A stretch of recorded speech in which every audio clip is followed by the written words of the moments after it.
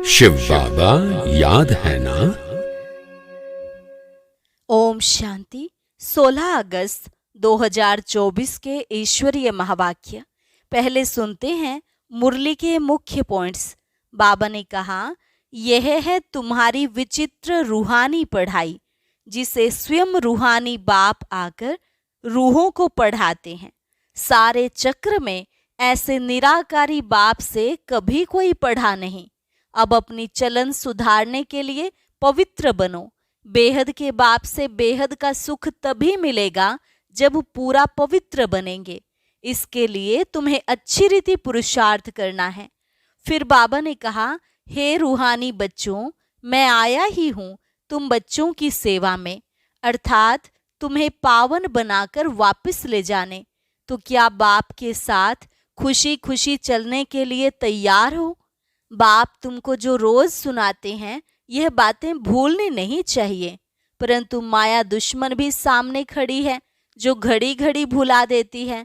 अगर बाप रोज रोज सुजाग न करें तो यह माया तुम्हारा बहुत नुकसान कर सकती है। आधा कल्प तुमसे जो भूल हुई है, पहले उनकी लिस्ट बनाओ। जब इन भूलों को सुधारो तभी तुम देवता बनेंगे। बाप को सर्वव्यापी कहना यह है सबसे बड़ी भारी भूल। लास्ट में बाबा ने कहा, भले ड्रामानुसार सब पुरुषार्थ तो कर ही रहे हैं, परंतु कईयों को तो याद करने की भी अक्ल नहीं। यहाँ मुख्य बात है कैरेक्टर्स की। अगर अपने को सुधारना है तो रोज रात को पोता मेल देखो कि आज सारे दिन में हमने कोई आसुरी चलन तो नहीं चली। और अब सुनते हैं महावाक्यों को विस्तार से। मुरली का सार। मीठे बच्चे, मैं विदेही बाप तुम देहधारियों को विदेही बनाने के लिए पढ़ाता हूँ। यह है नई बात जो बच्चे ही समझते हैं। प्रश्न, बाबा को एक ही बात बार बार समझाने की आवश्यकता क्यों पड़ती है? उत्तर, क्योंकि बच्चे घड़ी घड़ी भूल जाते हैं। कोई बच्चे कहते हैं, बाबा तो वही बात बार बार समझाते हैं। बाबा कहते, बच्चे मुझे जरूर वही बात सुनानी पड़े क्योंकि तुम भूल जाते हो। तुम्हें माया के तूफान हैरान करते हैं। अगर मैं रोज खबरदार न करूं तो तुम माया के तूफानों से हार खा लेंगे। अभी तक तुम सतो प्रधान कहाँ बने हो? जब बन जाएंगे तब सुनाना बंद कर देंगे। ओम शांति। इसको विचित्र रूहानी पढ़ाई भी कहा जाता है। नई दुनिया सतयुग में भी देहधारी ही एक दो को पढ़ाते हैं। नॉलेज तो सब पढ़ाते हैं, यहाँ भी पढ़ाते हैं। वह सब देहधारी एक दो को पढ़ाते हैं। ऐसे कभी नहीं होगा कि विदेही बाप या रूहानी बाप पढ़ाते हो। शास्त्रों में भी श्री कृष्ण भगवानुवाच लिख दिया है, वह भी जिस्मानी हो गया। यह नई बात सुनकर मूंझ जाते हैं। तुम्हारे में भी नंबरवार पुरुषार्थ अनुसार समझते हैं कि रूहानी बाप हम रूहों को पढ़ाते हैं। यह है नई बात। सिर्फ इस संगम पर ही बाप खुद आकर कहते हैं, इस द्वारा मैं तुमको पढ़ाता हूँ। ज्ञान का सागर, शांति का सागर, सब आत्माओं का बाप भी वही है। यह समझ की बात है ना। देखने में तो कुछ नहीं आता। आत्मा ही मुख्य और वह अविनाशी है। शरीर तो विनाशी है। अभी वह अविनाशी आत्मा बैठ पढ़ाती है। भल तुम सामने देखते हो, यह तो साकार में शरीर बैठा है, परंतु यह तुम जानते हो, यह ज्ञान देहधारी नहीं देते हैं। ज्ञान देने वाला विदेही बाप है। कैसे देते हैं वह भी तुम समझते हो। मनुष्य तो बड़ा मुश्किल समझते हैं।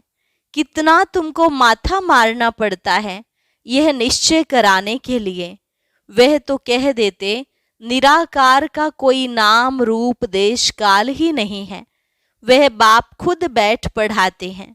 कहते हैं, मैं सब आत्माओं का बाप हूँ। जिसको तुम देख नहीं सकते हो, समझते हो, वह विदेही है। ज्ञान, आनंद, प्रेम का सागर है। वह कैसे पढ़ाएंगे? बाप खुद समझाते हैं, मैं कैसे आता हूँ, किसका आधार लेता हूँ। मैं कोई गर्भ से जन्म नहीं लेता हूँ। मैं कभी मनुष्य व देवता नहीं बनता हूँ। देवता भी शरीर लेते हैं, मैं तो सदैव अशरीरी ही रहता हूँ। मेरा ही ड्रामा में यह पार्ट है जो मैं कभी पुनर्जन्म में नहीं आता हूँ। तो यह समझ की बात है ना, देखने में तो आता ही नहीं, वह तो समझते हैं। श्री कृष्ण भगवान उवाच, भक्ति मार्ग में रथ भी कैसे बैठ बनाया है। बाप कहते हैं, बच्चे तुम मूंझते तो नहीं हो। अगर कुछ नहीं समझते हो तो बाप से आकर समझो। यूं तो बिगर पूछे भी बाप सब कुछ समझाते रहते हैं। तुमको कुछ भी पूछने की दरकार नहीं है। मैं इस पुरुषोत्तम संगम युग पर ही अवतार लेता हूँ। मेरा जन्म भी वंडरफुल है। तुम बच्चों को भी वंडर लगता है। कितना बड़े थे बड़ा इम्तिहान पास कराते हैं। बहुत बड़े थे बड़ा विश्व का मालिक बनाने के लिए पढ़ाते हैं। वंडरफुल बात है ना। हे आत्माओं, हर 5000 वर्ष बाद मैं तुम्हारी सर्विस में आता हूँ। आत्माओं को पढ़ाते हैं ना। कल्प कल्प कल्प के संगम युगे तुम्हारी सेवा में आता हूँ। आधा कल्प तुम पुकारते आए हो, हे बाबा हे पतित पावन आओ। श्री कृष्ण को कोई पतित पावन नहीं कहते हैं। पतित पावन परमपिता परमात्मा को ही कहते हैं। तो बाबा को भी आना पड़ेगा पतितों को पावन बनाने। इसलिए कहा जाता है अकाल मूर्त सत्य बाबा, अकाल मूर्त सत्य टीचर, अकाल मूर्त सत्य गुरु। सिख लोगों के भी बहुत अच्छे स्लोगन हैं, परंतु उन्हों को यह पता नहीं है कि सत्य गुरु अकाल मूर्त आते कब हैं। यह भी गायन है, मनुष्य से देवता किए करत न लागी वार। कब आकर मनुष्य को देवता बनाते हैं। वही सर्व की सदगति करने वाला है, यह तो पक्का निश्चय होना चाहिए। क्या आकर कहते हैं, सिर्फ कहते हैं मन मना भव। उसका अर्थ भी समझाते हैं और कोई भी अर्थ नहीं समझाते। तुमको सतगुरु अकाल मूर्त बैठ समझाते हैं इस देह द्वारा कि अपने को आत्मा समझो। तो यह समझना चाहिए, विश्व का मालिक बनाने के लिए बाप को आना पड़ता है। तुम बच्चों की सेवा में समझाते हैं, हे रूहानी बच्चों, तुम सतो प्रधान थे, फिर तमो प्रधान बने। यह सृष्टि का चक्र फिरता है ना। पावन दुनिया इन देवताओं की ही थी, वह सब कहाँ गए यह किसको भी पता नहीं, मूंझे हुए हैं। बाप आकर तुमको समझदार बनाते हैं।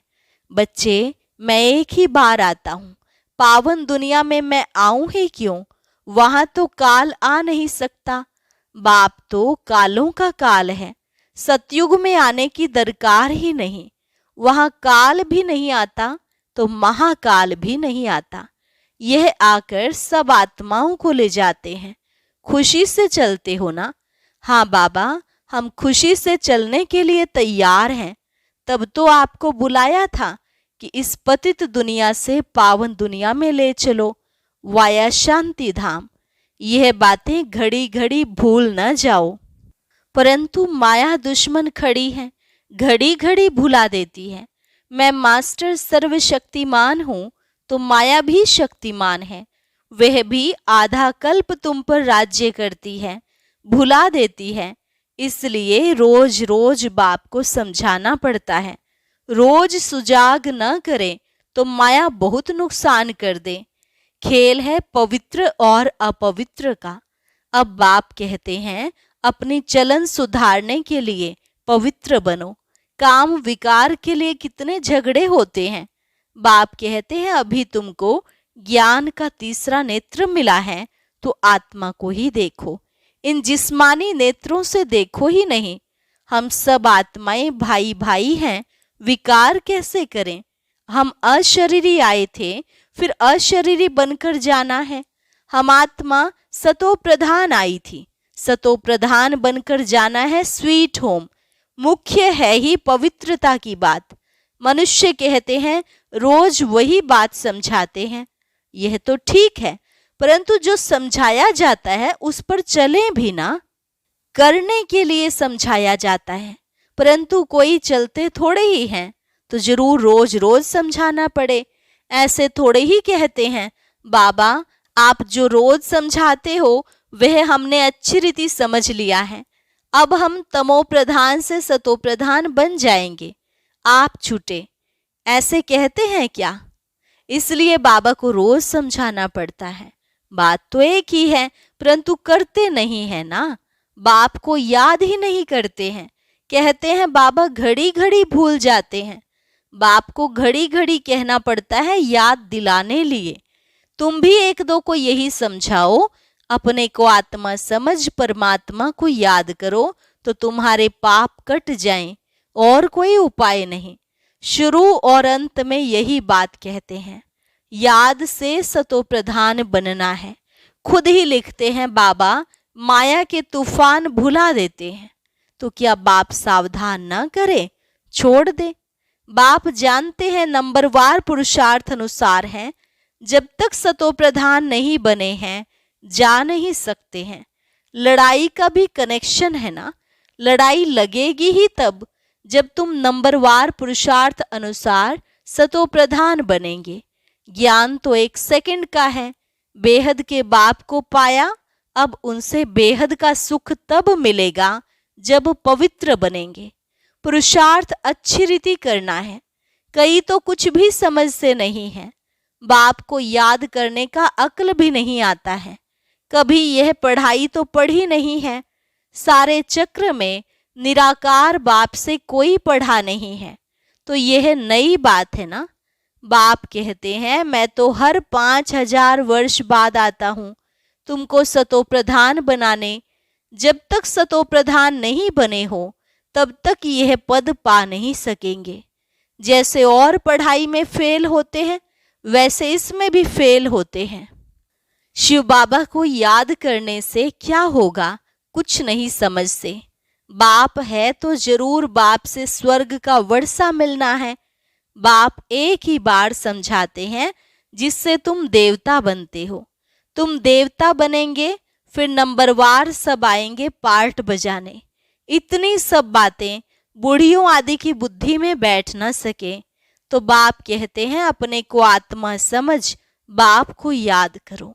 बस वही शिव बाबा सब आत्माओं का बाप है।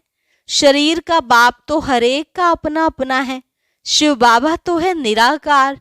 उनको याद करते करते पवित्र बन, शरीर छोड़ फिर बाप के पास जाकर पहुंचना है। बाप समझाते तो बहुत हैं, परंतु सब एक रस नहीं समझते हैं। माया भुला देती है। इनको युद्ध कहा जाता है।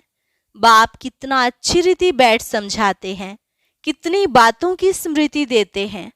मुख्य जो भूलें हुई हैं उनकी लिस्ट बनाओ। एक बाप सर्वव्यापी की। भगवानुवाच मैं सर्वव्यापी नहीं हूं। सर्वव्यापी तो 5 विकार हैं। यह बड़ी भारी भूल है। गीता का भगवान श्री कृष्ण नहीं, परमपिता परमात्मा शिव है। इन भूलों को सुधारो तो देवता बन जाएंगे। परंतु ऐसे कभी कोई बच्चे ने लिखा नहीं है कि ऐसे हमने समझाया कि इन भूलों के कारण ही भारत पावन से पतित बना है। वह भी बताना पड़े। भगवान सर्वव्यापी हो कैसे सकता? भगवान तो एक है, जो सुप्रीम बाप, सुप्रीम टीचर, सुप्रीम सतगुरु है। कोई भी देहधारी को सुप्रीम फादर, टीचर, सतगुरु कह नहीं सकते। श्री कृष्ण तो सारी सृष्टि में सबसे ऊंचा है। जब सृष्टि सतो प्रधान होती है तब वह आते हैं। फिर सतो में राम, फिर नंबरवार अपने समय पर ही आएंगे। शास्त्रों में दिखाते हैं सबके विकार ले लेकर गला ही काला हो गया, लेकिन अभी समझाते समझाते गला ही सूख जाता है। बात कितनी थोड़ी है, परंतु माया कितनी जबरदस्त है। हर एक अपने दिल से पूछे, हम ऐसे गुणवान सतो प्रधान बने हैं। बाप समझाते हैं जब तक विनाश नहीं हुआ है तब तक तुम कर्मातीत अवस्था को पा नहीं सकेंगे। भल कितना भी माथा मारो, सारा समय शिव बाबा को बैठ याद करो और कोई बात ही नहीं करो।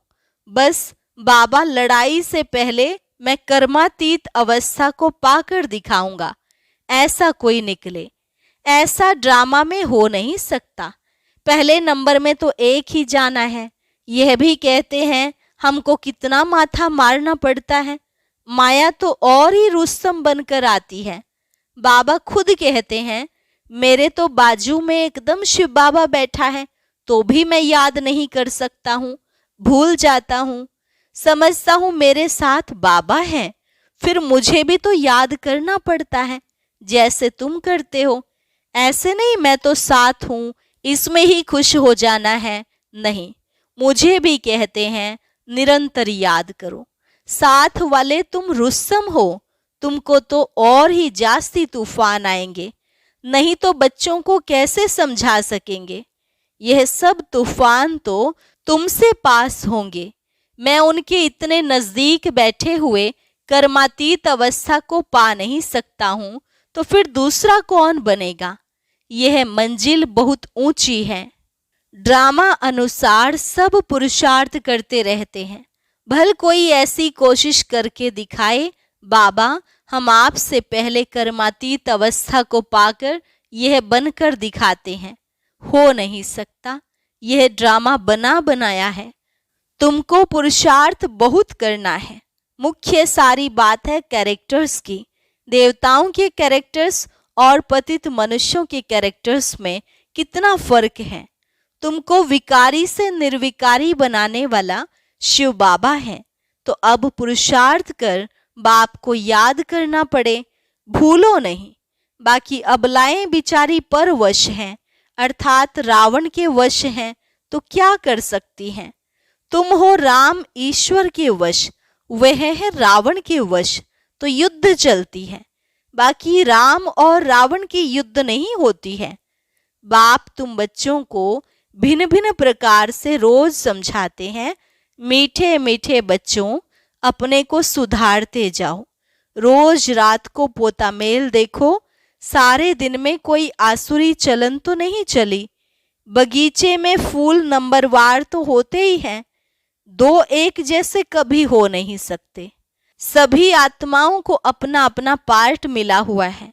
हर एक एक्टर्स पार्ट बजाते रहते हैं। बाप भी आकर स्थापना का कार्य करके ही छोड़ते हैं।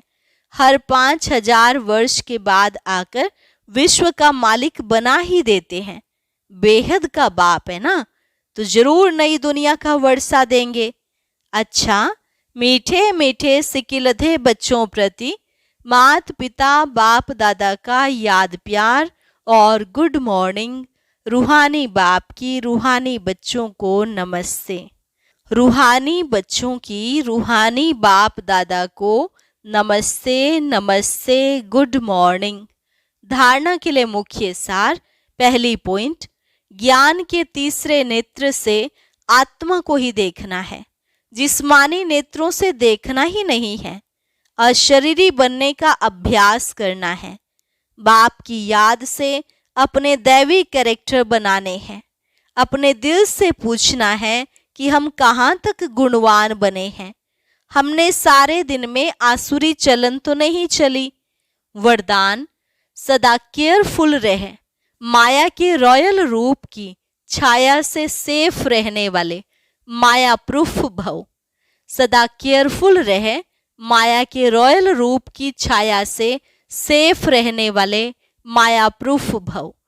वर्तमान समय माया रियल समझ को, महसूसता की शक्ति को गायब कर रॉन्ग को राइट अनुभव कराती है। जैसे कोई जादू मंत्र करते हैं तो परवश हो जाते हैं, ऐसे रॉयल माया रियल को समझने नहीं देती है। इसलिए बाप दादा अटेंशन को डबल अंडरलाइन करा रहे हैं। ऐसा केयरफुल रहो जो माया की छाया से सेफ माया प्रूफ बन जाओ। विशेष मन बुद्धि को बाप की छत्र छाया के सहारे में ले जाओ। स्लोगन, जो सहज योगी हैं उनको देखकर दूसरों का भी योग सहज लग जाता है। जो सहज योगी हैं उनको देखकर दूसरों का भी योग सहज लग जाता है। अच्छा, ओम शांति। अब सुनते हैं आज का अव्यक्त ज्ञान मोती।